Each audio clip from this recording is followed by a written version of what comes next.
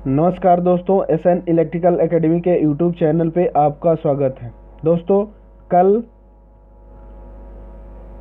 WCS यानी workshop calculation का paper हुआ था ITI सेकेंड ईयर के। उसी में से जो क्वेश्चन आए हुए थे और जो क्वेश्चन हमको मिले हैं वो आपके बीच हम दे रहे हैं। उस क्वेश्चन को इस क्वेश्चन को आप ध्यान से पढ़िएगा, समझिएगा, क्योंकि क्वेश्चन रिपीट हो रहे हैं। तो इस क्वेश्चन को आपके एग्ज़ाम में जो आज देने वाले स्टूडेंट हैं उन लोगों के लिए और आने वाले दिनों में एग्ज़ाम WCS के होंगे तो उन लोगों के लिए ये वीडियो काफ़ी इम्पोर्टेंट होगी, क्योंकि क्वेश्चन रिपीट हो रहे हैं। तो इसमें से ज़रूर क्वेश्चन आपको मिलेंगे आने वाले एग्ज़ाम में। तो आइए क्वेश्चन पहला नंबर देखते हैं कि कौन क्वेश्चन आया हुआ था।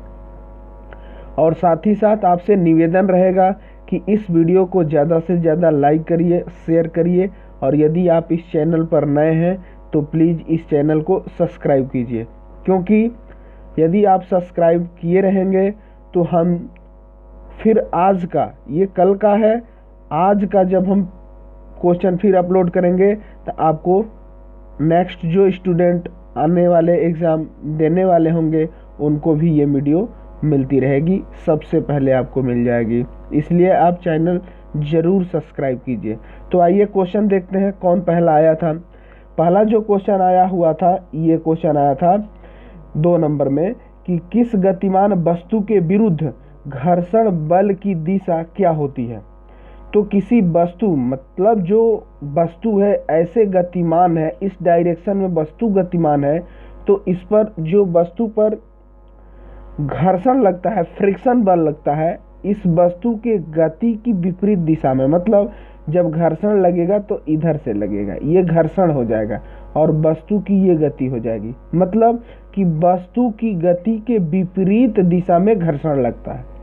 ऑप्शन जो बी है, वो बी जो दिया है वस्तु के विपरीत, यानी विपरीत लग रहा है, यानी ऑप्शन नंबर बी सही हो जाएगा। नेक्स्ट क्वेश्चन, उसके बाद ये 9 नंबर भी क्वेश्चन आया हुआ था कल के एग्जाम में।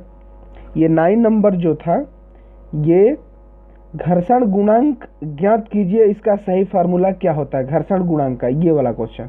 तो म्यू इक्वल टू F/W होता है। ये ऐसे ही फार्मूला पूछा गया था और ये हूबहू एकदम कॉपी पेस्ट कंप्यूटर की भाषा में ये ऑप्शन दिए हुए थे। तो यहाँ ऑप्शन जो ए है, डी जो है, वो म्यू इक्वल टू F/W, यानी ऑप्शन नंबर डी सही हो जाएगा। नेक्स्ट क्वेश्चन देखते हैं। नेक्स्ट क्वेश्चन में ये 10 नंबर क्वेश्चन आया था कि घर्षण गुणांक को दर्शाने के लिए किस प्रतीक का प्रयोग किया जाता है। तो वो प्रतीक जो होता है, अभी फार्मूला बताए घर्षण गुणांक का, म्यू इक्वल टू F/W, ये घर्षण गुणांक का है। तो घर्षण गुणांक को म्यू से प्रेजेंट करते हैं, इसको म्यू बोलते हैं। तो ऑप्शन जो है बी नंबर में है म्यू, यानी ऑप्शन नंबर बी सही हो जाएगा। नेक्स्ट क्वेश्चन में ये 13 नंबर भी क्वेश्चन आया हुआ था कि यदि वस्तु समतल पर ऊपर की ओर है तो बल कितना लगेगा। तो इसके लिए जो बल होगा ऊपर की ओर में, तो F equal to W sine plus phi upon cos phi. Option देखिए इसमें कौन सा है। तो ऑप्शन जो है वो बी नंबर ऑप्शन बन रहा है इसके, W sine theta plus phi upon cos, यानी ऑप्शन नंबर बी सही हो जाएगा। नेक्स्ट क्वेश्चन देखते हैं। नेक्स्ट क्वेश्चन में ये भी आया था 10 नंबर कि इनमें से कौन सा कोण घर्षण कोण कहलाएगा। घर्षण कोण जो कहलाएगा वो ये वाला कोण होगा, ये और ये। तो इसको देखिए निर्देशित कैसे किया है, ये R हो गया ये O हो गया और ये S हो गया, तो ROS से निर्देशित करेगा, यानी ऑप्शन नंबर बी सही हो जाएगा, ROS। नेक्स्ट क्वेश्चन में दिया था, ये 20 नंबर भी क्वेश्चन आया हुआ था कि सामान्य उपयोग में आने वाली 3 प्रकार की स्नेहक प्रणाली कौन होती है। ये कल के भी एग्जाम में आया हुआ था, जिसमें ऑप्शन नंबर सी हो जाएगा gravity feed system, force feed system और फ्लैश फीड सिस्टम, इसलिए ऑप्शन नंबर सी सही हो जाएगा। नेक्स्ट क्वेश्चन में ये 22 नंबर भी क्वेश्चन आया हुआ था कि स्नेहक प्रणाली क्या है। स्नेहक प्रणाली क्या है? स्नेहक मतलब होता है लुब्रिकेंट ऑयल, तो इसमें जो होगा वह बाती फीड होगा।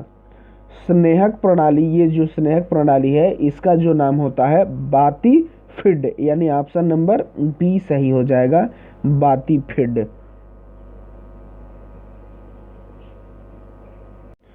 इसको हम बाती फीड को क्विक फीड भी बोलते हैं इंग्लिश में, क्विक फीड। नेक्स्ट क्वेश्चन देखते हैं। नेक्स्ट क्वेश्चन में ये 27 नंबर भी क्वेश्चन आया हुआ था। 27 नंबर ये क्वेश्चन, स्नेहक के लिए उपकरण, प्रयुक्त उपकरण का नाम क्या है? ये उपकरण का नाम बताना है।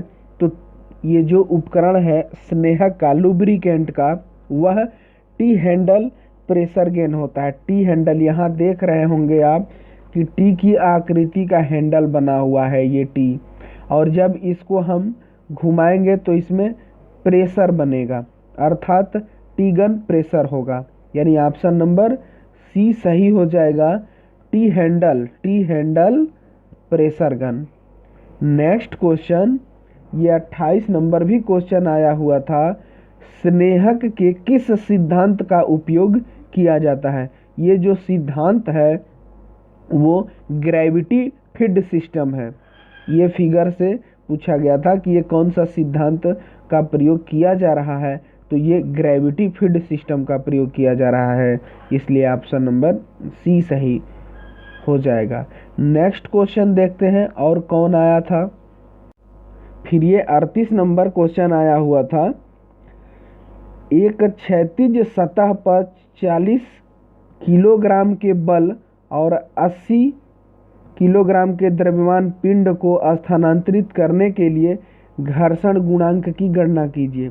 अभी इसको हम बताए थे कि इसका फार्मूला जो घर्षण गुणांक का होता है वो म्यू इक्वल टू F/W होता है।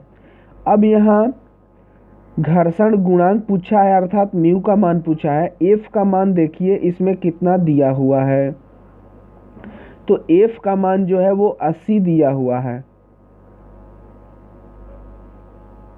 F का मान यहाँ देखते हैं कितना दिया हुआ है, तो F में क्षैतिज सतह पर 40 किलोग्राम का बल, यानी म्यू इक्वल टू F/W, और ये हो जाएगा F का मान यहाँ 40 दिया हुआ है और W का मान जो दिया हुआ है वो 80 दिया हुआ है, तो 40 दूनी का 80, 1/2, और 1/2 में अब 2 से भाग देंगे तो 0.5 हो जाएगा, यानी घर्षण गुणांक का मान 0.5 हुआ, यानी ऑप्शन नंबर बी सही हो जाएगा। इसको अच्छे से वीडियो रोक करके समझिएगा, आपको समझ में आ जाएगा, क्योंकि इसका फार्मूला बेस्ट क्वेश्चन है, म्यू इक्वल टू F/W, यही फार्मूला है और इस पे रख के करना है।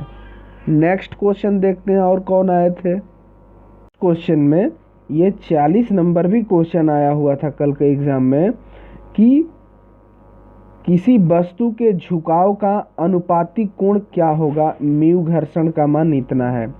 इसके लिए जो फार्मूला होता है mu equal to tan theta, और यहाँ पे म्यू घर्षण गुणांक का जो मान दिया हुआ है वह 0.84 दिया है, अर्थात tan थीटा इक्वल टू 84। अब tan थीटा में 84 का जो मान होता है पॉइंट में वह 40 डिग्री होता है। इसको आप सारणी से देखना पड़ेगा कि tan थीटा पॉइंट 84 का मान कितना होगा। तो आप जब देखेंगे इसको सारणी में तो 40 डिग्री आएगा, इसलिए ऑप्शन नंबर सी सही हो जाएगा। नेक्स्ट क्वेश्चन देखते हैं। नेक्स्ट क्वेश्चन में ये 42 नंबर भी क्वेश्चन आया हुआ था कि एक क्षैतिज समतल पर स्थित 10 किलोग्राम की वस्तु को 10 मीटर की दूरी पर ले जाने के लिए कितना कार्य करना पड़ेगा। इसके लिए फार्मूला होता है W = F × D, और F का मान जो है वो F = होता है mg।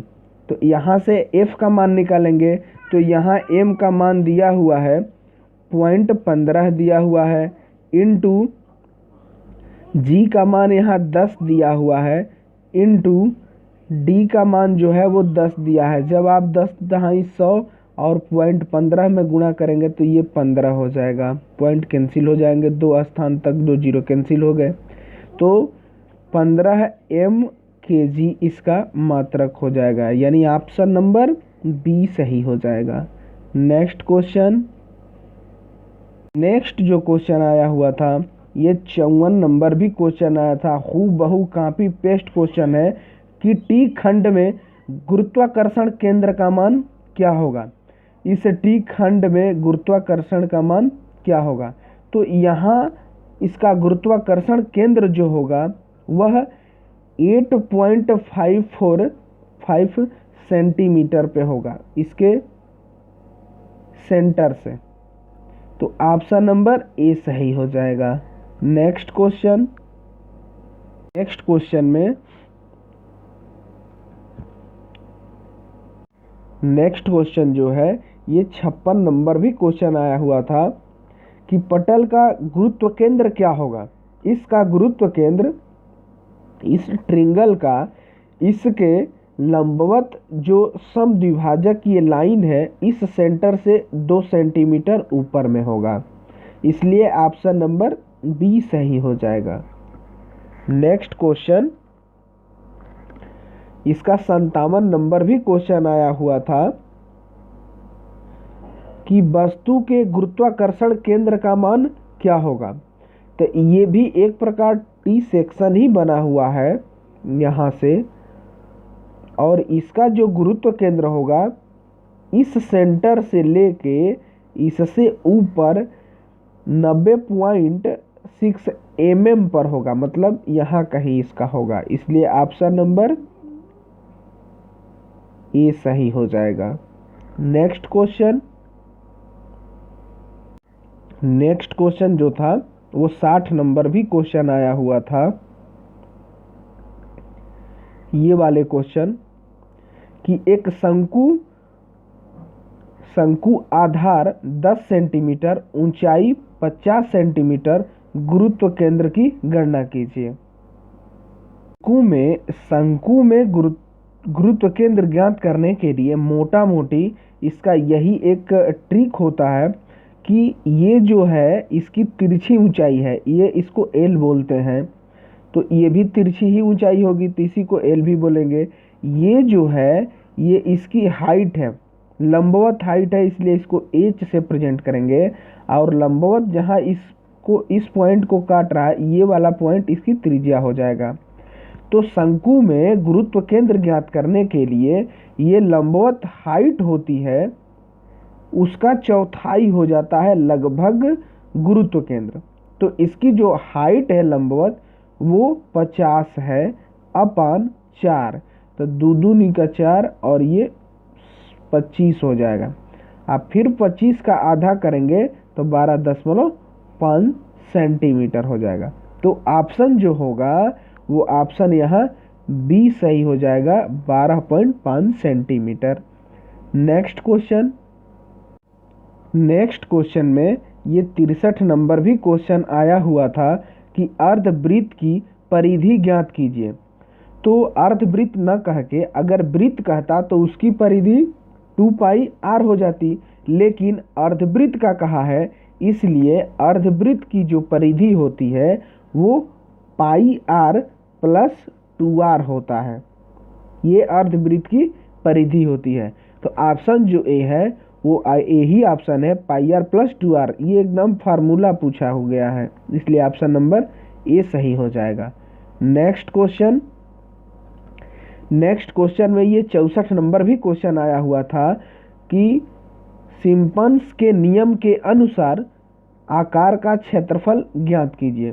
तो ये इसका क्षेत्रफल ज्ञात करना है, तो ये फार्मूला है, ये फार्मूला पर ही रख दिया है, इसलिए इसका ऑप्शन जो होगा ए सही होगा। h/3 कोष्ठ में y1 प्लस y7 प्लस 4, फिर अगले कोष्टक में y2 plus y4 plus y6 plus 2 कोष्ठ में y3 प्लस y5। ये फार्मूला ही है, इसलिए ऑप्शन नंबर ए सही हो जाएगा। नेक्स्ट क्वेश्चन में ये 66 नंबर भी क्वेश्चन पूछा गया था। 66 नंबर जो क्वेश्चन है वो वृत्त की परिधि का सूत्र क्या होता है। वृत्त की परिधि, तो वृत्त की परिधि का सूत्र जो होता है 2πr होता है। आप वृत्त का क्षेत्रफल पूछे तो πr स्क्वायर होता है।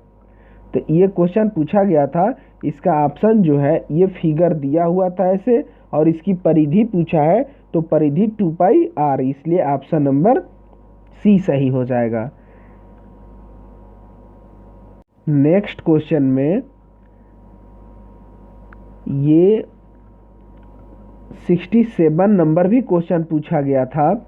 इसमें जो कहा था कि अर्धवृत्त का क्षेत्रफल क्या होगा, तो ऐसे कहता कि वृत्त का क्षेत्रफल क्या होता है, तो पाई आर स्क्वायर। और यहाँ अर्धवृत्त कहा है, अर्धवृत्त आधा वृत्त के लिए ये जो फिगर है, इस आधे वृत्त का क्षेत्रफल क्या होगा, तो इसमें 2 से भाग दे देंगे, यानी पाई आर स्क्वायर बाई 2, यानी ऑप्शन नंबर डी सही हो जाएगा। नेक्स्ट में ये 68 नंबर भी क्वेश्चन पूछा गया था। 68 नंबर कि वृत्त का क्षेत्रफल क्या होगा। अभी ये फिगर ड्रा किया है, क्षेत्रफल यानी पाई आर स्क्वायर, ये फॉर्मूला ही है क्षेत्रफल का, इसलिए ऑप्शन नंबर बी सही हो जाएगा। नेक्स्ट क्वेश्चन में 77 नंबर भी क्वेश्चन आया हुआ था। 77 ये वाला क्वेश्चन पूछा गया था, ये वाला 77 नंबर क्वेश्चन था कि एक वृत्तखंड का क्षेत्रफल क्या होगा। तो वृत्तखंड का जो क्षेत्रफल होता है, ये जो त्रिज्या खंड कटा है उसका माइनस इस त्रिभुज का क्षेत्रफल, यानी ऑप्शन नंबर ए ही सही होगा कि त्रिज्या खंड का क्षेत्रफल माइनस त्रिभुज का क्षेत्रफल। तो त्रिज्या खंड का क्षेत्रफल का फार्मूला जो होता है वह थीटा इक्वल टू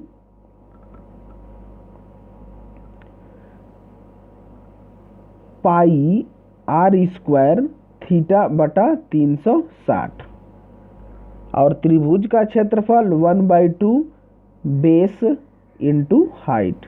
इसका क्षेत्रफल में से माइनस कर देंगे इसका क्षेत्रफल। नेक्स्ट क्वेश्चन में 82 क्वेश्चन भी पूछा गया था। 82 ये क्वेश्चन जो था कि किसी त्रिज्या खंड के परिमाप का सूत्र क्या होता है। परिमाप मतलब परिमाप का होता है 1 + 2r, यानी ऑप्शन जो होगा ये वाला, इसका 1 + 2r, यानी ऑप्शन नंबर बी सही हो जाएगा। नेक्स्ट क्वेश्चन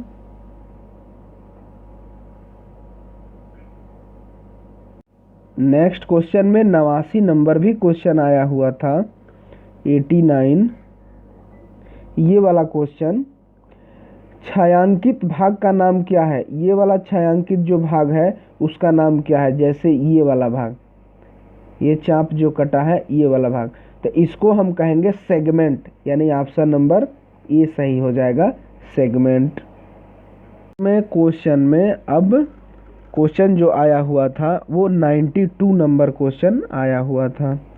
92 क्वेश्चन जो था वो परिधि पर किन्हीं दो बिंदुओं के बीच एक वृत्त का क्षेत्रफल का नाम क्या होता है? तो सेगमेंट ही होता है। वो 106 नंबर क्वेश्चन पूछा गया था। 106 नंबर। ये लैमिना का क्षेत्रफल क्या होगा? लैमिना का क्षेत्रफल, इसका जो क्षेत्रफल पूछा गया था। मतलब कि इसमें क्या करेंगे कि ये जो बनी है ये आयत की आकृति, इसका क्षेत्रफल लेंथ इंटू ब्रेथ प्लस स्ट्रिंगल का क्षेत्रफल प्लस 1/2 बेस इंटू हाइट कर देंगे, तो ये लेमिना का क्षेत्रफल हो जाएगा। मतलब ऐसे ही करेंगे, इसका क्षेत्रफल आप निकाल देंगे, आयत की आकृति का जो फार्मूला दे दिए और इसके ऊपर त्रिभुज बना है, फिर इसका हम क्षेत्रफल निकाल देंगे। इसका जो आप सॉल्यूशन करेंगे आंसर जो आएगा 127.5 सेंटीमीटर ऑप्शन होगा, इसलिए सी ऑप्शन हो जाएगा सही। नेक्स्ट क्वेश्चन में अब एलजेब्रा में 113 नंबर क्वेश्चन आया हुआ था। 113 नंबर ये वाला क्वेश्चन, 5a² इंटू 8 और b³ का गुणनफल बताइए। तो 8 पंचे 40, 40 और a⁴ है, a⁴2 मतलब 7 हो जाएगा, और b⁴3 और 1 4 हो जाएगा, इसलिए ऑप्शन नंबर ए सही हो जाएगा। नेक्स्ट क्वेश्चन में इसमें 117 नंबर भी क्वेश्चन आया हुआ है। 117 नंबर कि a⁴m इंटू a⁴n का सूत्र क्या होगा? a⁴m इंटू a⁴n, इसका बेस सेम है इसलिए घातें जुड़ जाएंगी, तो a⁴m प्लस n इसका सही आंसर हो जाएगा। ए ऑप्शन इसका सही होगा। नेक्स्ट जो क्वेश्चन हुआ था 118 नंबर और 119 नंबर दोनों क्वेश्चन आए थे। 118 को देखेंगे आप तो a⁴m अपान a⁴n किया हुआ है n। इसको जब हल करेंगे आप तो इसका भी बेस सेम है, तो a⁴ माइनस हो जाएगा क्योंकि बटे में है, तो a⁴m माइनस a⁴n इसका सही ऑप्शन होगा बी। 119 नंबर जो क्वेश्चन दिया हुआ है कि 0 की घात तक बढ़ाई गई किसी संख्या का मान क्या होता है? किसी भी संख्या का आप 0 घात लिखते हैं, किसी भी संख्या हो, कितनी भी बड़ी हो कितनी भी छोटी हो, अगर घात उसका 0 हो गया तो इसका मान 1 हो जाता है, तो यहाँ भी ऑप्शन बी सही हो जाएगा। नेक्स्ट क्वेश्चन में इसका 22 नंबर भी क्वेश्चन आया था। 122 नंबर, 23 नंबर, 24।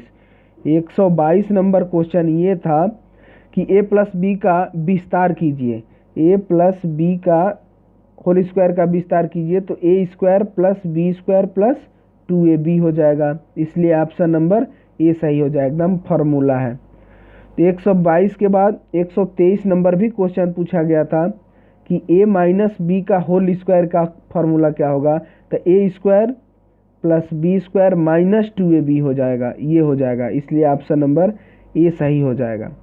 उसके बाद 124 नंबर भी क्वेश्चन पूछा गया था। 124 नंबर कि a प्लस बी का whole square minus a minus B का होल स्क्वायर का मान क्या होगा? तो a प्लस बी का होल स्क्वायर अब माइनस a माइनस बी का होल स्क्वायर, इसको खोलते हैं तो a² plus b² plus 2ab, और फिर इसको खोलते हैं तो इसका हो जाएगा a² plus b² minus 2ab, और इस माइनस से इसमें गुणा करेंगे तो minus a² minus b² plus 2ab हो जाएगा। ये plus a² minus a² cancel, plus b² minus b² cancel, plus 2ab और प्लस 2ab 4ab इसका सही आंसर हो जाएगा, इसलिए यहाँ ऑप्शन नंबर सी सही हो जाएगा। आप इसको ध्यान से देखिएगा, रोक के भी समझिएगा। नेक्स्ट क्वेश्चन में 130 नंबर क्वेश्चन भी आया हुआ था। 130 नंबर ये वाला क्वेश्चन, तो ये जो है ये 4y² minus 2x plus 8x² में से इसको घटाना है। जो अब आप इसको घटाएंगे तो इसका आंसर जो आएगा वो ए सही हो जाएगा। कैसे? तो देखिए 4y² minus 2x plus 8x²। अब इसमें से माइनस हमको करना है, तो 3x माइनस 4x² और प्लस 2y²। इसको जब आप माइनस करेंगे तो यहाँ से 4y² में से 2y² घटेगा तो 2y² आ जाएगा।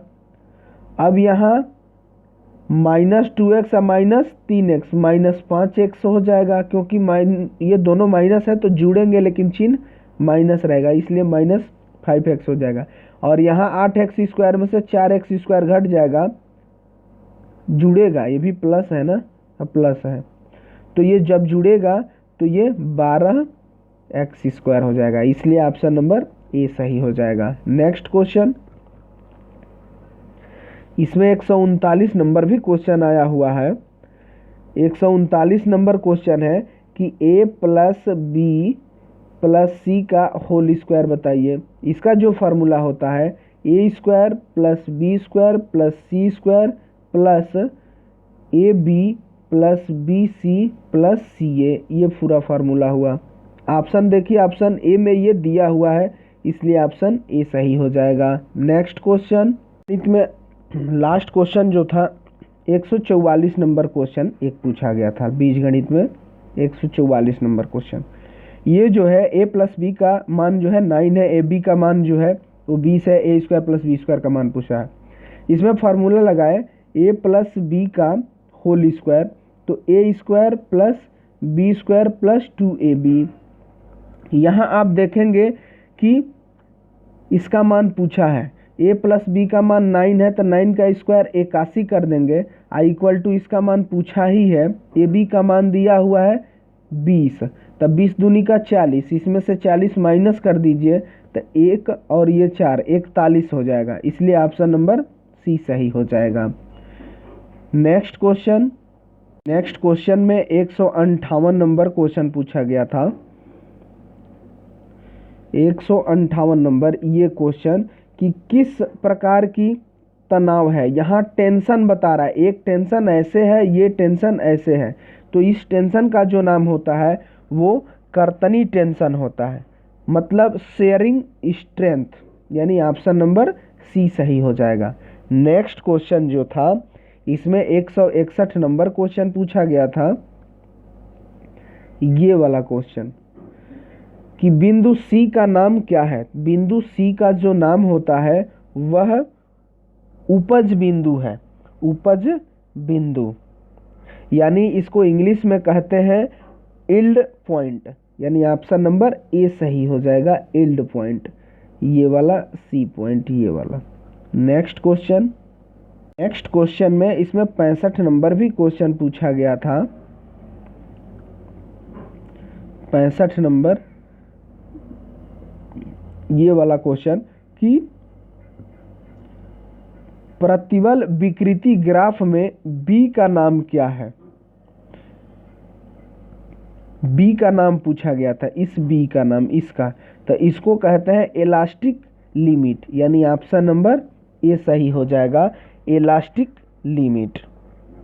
नेक्स्ट क्वेश्चन, नेक्स्ट क्वेश्चन में 171 नंबर भी क्वेश्चन पूछा गया था, ये वाला क्वेश्चन कि 10 मिमी भुजा की एक वर्ग छड़ को 1000 किलोग्राम तन्य भार के लिए परीक्षण किया जाता है तो तन्य प्रतिबल क्या होगा।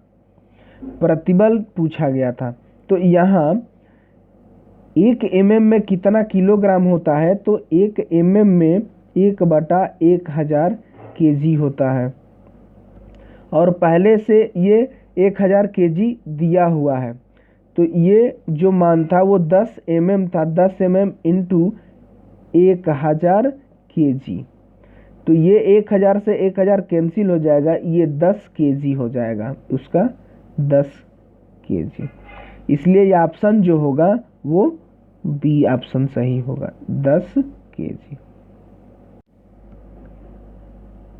नेक्स्ट क्वेश्चन में इसमें 197 नंबर क्वेश्चन पूछा गया था। 197 197 नंबर क्वेश्चन पूछा गया था ये वाला कि साधारण ब्याज की गणना में प्रिंसिपल को कैसे प्रेजेंट करते हैं। तो साधारण ब्याज एस आई इक्वल टू होता है मूलधन पी गुणे आर दर गुणे टी समय बटा 100 होता है। तो यही मूलधन है, इसे पी से प्रेजेंट करेंगे, इसलिए ऑप्शन ए सही हो जाएगा। अगर आर को पूछता तो ये रेट हो जाता, दर हो जाती। टी जो है वो टाइम है, कहीं कहीं टाइम टी को एन से भी डिनोट करेगा। और एस आई जो होता है सिंपल इंटरेस्ट, साधारण ब्याज होता है। फिलहाल यहाँ मूलधन का पूछा गया था, इसलिए ऑप्शन नंबर ए सही हो जाएगा। नेक्स्ट क्वेश्चन में इसमें 98 नंबर भी क्वेश्चन पूछा गया था। 98 नंबर कि साधारण ब्याज की गणना कीजिए। तो साधारण ब्याज का फॉर्मूला होता है S I equal to P गुणे आर गुणे टी अपन 100। तो यहाँ जो ऑप्शन जो हो जाएगा वो ऑप्शन ए सही हो जाएगा, ऑप्शन ए पी गुणे आर गुणे टी बाई 100। नेक्स्ट क्वेश्चन में 199 नंबर भी क्वेश्चन पूछा गया था कि साधारण ब्याज का सूत्र क्या होगा। तो साधारण ब्याज का सूत्र चक्रवृद्धि ब्याज का सूत्र पूछा था। तो ए इक्वल टू पी कोष्ट में 1 plus R by 100 to the power N. यहाँ से हम चक्रवृद्धि मिश्रधन निकाल देंगे, और चक्रवृद्धि जब मिश्रधन निकल जाएगा तो वहाँ से ये चक्रवृद्धि ब्याज निकालेंगे। तो C I equal to compound interest equal to चक्रवृद्धि मिश्रधन माइनस मूलधन। तो यहाँ से कंपाउंड इंटरेस्ट भी निकल जाएगा। इसलिए आप देखिए यहाँ ऑप्शन नंबर ए में दिया हुआ है, इसलिए ऑप्शन नंबर ए सही हो जाएगा। नेक्स्ट क्वेश्चन, दोस्तों पहला ऑप्शन इसका नहीं सही होगा, क्योंकि यहाँ 1/2 लगाया हुआ है, यहाँ 1/2 लगाया, गलत हो जाएगा। ऑप्शन नंबर यहाँ सी सही हो जाएगा, ए इक्वल टू पी कोष्ट में इतना, ये सी ऑप्शन सही होगा। नेक्स्ट क्वेश्चन, नेक्स्ट में 102 नंबर क्वेश्चन भी पूछा गया था। 202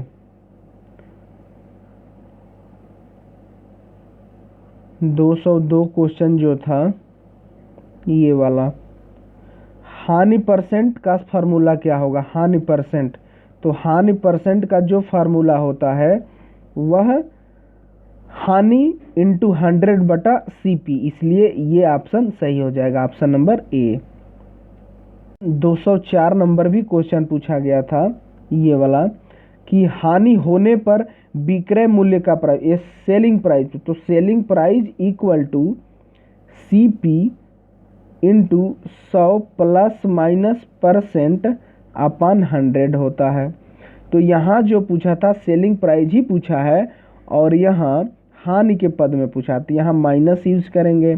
तो माइनस में देखिए ऑप्शन नंबर यहाँ डी ऑप्शन नंबर सही हो जाएगा, सीपी इंटू 100 माइनस x% बटा 100, इसलिए ऑप्शन नंबर डी सही हो जाएगा। नेक्स्ट क्वेश्चन 105 नंबर जो क्वेश्चन है, परसेंटेज लाभ का फार्मूला क्या होगा। प्रॉफिट लाभ इंटू 100 बटा कॉस्ट प्राइस सीपी, ऑप्शन जो होगा ए सही हो जाएगा, प्रॉफिट इंटू 100 अपन सीपी, सीपी मतलब कॉस्ट प्राइस, अंकित मूल्य, इसलिए ऑप्शन नंबर ए सही हो जाएगा।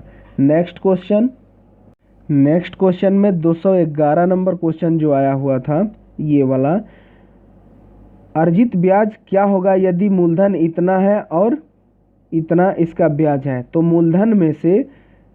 मूलधन में से इसको घटा देंगे। अर्जित ब्याज मतलब एस आई इक्वल टू, ये अर्जित ब्याज है 1500, इतना 15,600 माइनस 12,000, इसमें से जब आप माइनस करेंगे तो 3600 आएगा, यही आपका आंसर हो जाएगा, ऑप्शन नंबर बी सही हो जाएगा। नेक्स्ट क्वेश्चन में 212 नंबर क्वेश्चन और 213 दोनों लगातार क्वेश्चन पूछे गए थे। 212 था, जमा की गई मूल राशि क्या होगी यदि परिपक्व राशि 25,000 तक पहुंचती है और ब्याज इतना होता है। तो ये परिपक्व राशि जो है 25,000 माइनस आप 6,000 कर दीजिए, राशि कितनी होगी 19,000 माइनस होकर के आएगी। तो ये 19,000 आपका मूल राशि होगी, यानी ऑप्शन नंबर बी सही हो जाएगा। नेक्स्ट क्वेश्चन जो था वो 213 नंबर जो क्वेश्चन था, अर्जित ब्याज क्या होगा यदि मूलधन इतना है परिपक्व राशि इतनी है। इसमें भी माइनस होगा, परिपक्व राशि 17,500 माइनस मूलधन जो है वो 12,500। इसमें से जब माइनस करेंगे 0 0 0, आप 7 में से 2 जाए 5, ये कट जाएगा यानी 5,000 हो जाएगा, यानी ऑप्शन नंबर सी सही हो जाएगा 5,000। नेक्स्ट क्वेश्चन जो था वो 219 नंबर क्वेश्चन पूछा था और यही लास्ट क्वेश्चन था। ये कह रहा है 219 नंबर कि यदि 20,000 रुपये पर 2 वर्षों का 5% चक्रवृद्धि ब्याज की गणना कीजिए तो परिपक्व राशि कितनी होगी। चक्रवृद्धि ब्याज ज्ञात करना है इसका, तो इसके लिए जो पहले होगा वो मिश्रधन निकाल लेंगे। A = P कोष्ठ में 1 + R/100 to the power n हो जाएगा। यहाँ मूलधन दिया हुआ है 20,000, अब 1 + R का मान जो है 5% है बटा 100 के पावर 2। जब इसको आप हल करेंगे जो A का मान आएगा वहाँ से अब CI कंपाउंड इंटरेस्ट चक्रवृद्धि ब्याज = A माइनस इसका मूलधन जो है P, तो A जो आया रहेगा वहाँ से हल करेंगे, उसमें से ये A का मान जो P का मान जो है वो 20,000, इसको माइनस कर देंगे तो इसका मान निकल जाएगा और इसका जो मान निकल के आएगा वह 2250 हो जाएगा, यानी ऑप्शन नंबर बी सही हो जाएगा। तो दोस्तों कल के एग्ज़ाम में तीनों शिफ्ट के ये क्वेश्चन हमको मिले थे, आपको हम इन क्वेश्चन को बता दिए। हूबहू क्वेश्चन आए थे, आप इसको ध्यान से समझिएगा और जो आज स्टूडेंट पेपर देने जा रहे हैं उनमें ये क्वेश्चन आने का 100% रिपीट होने की उम्मीद है। तो आप इस क्वेश्चन को एग्ज़ाम देने से पहले ज़रूर इसको एक बार देख के जाइए और समझिए, और साथ ही साथ इस चैनल को ज़्यादा से ज़्यादा लाइक कीजिए, सब्सक्राइब कीजिए, और यदि आप इस चैनल पे हैं तो इस चैनल को प्लीज़ सब्सक्राइब कर लीजिए। तो इस वीडियो में बस इतना ही, तब तक के लिए बाय बाय, टेक केयर।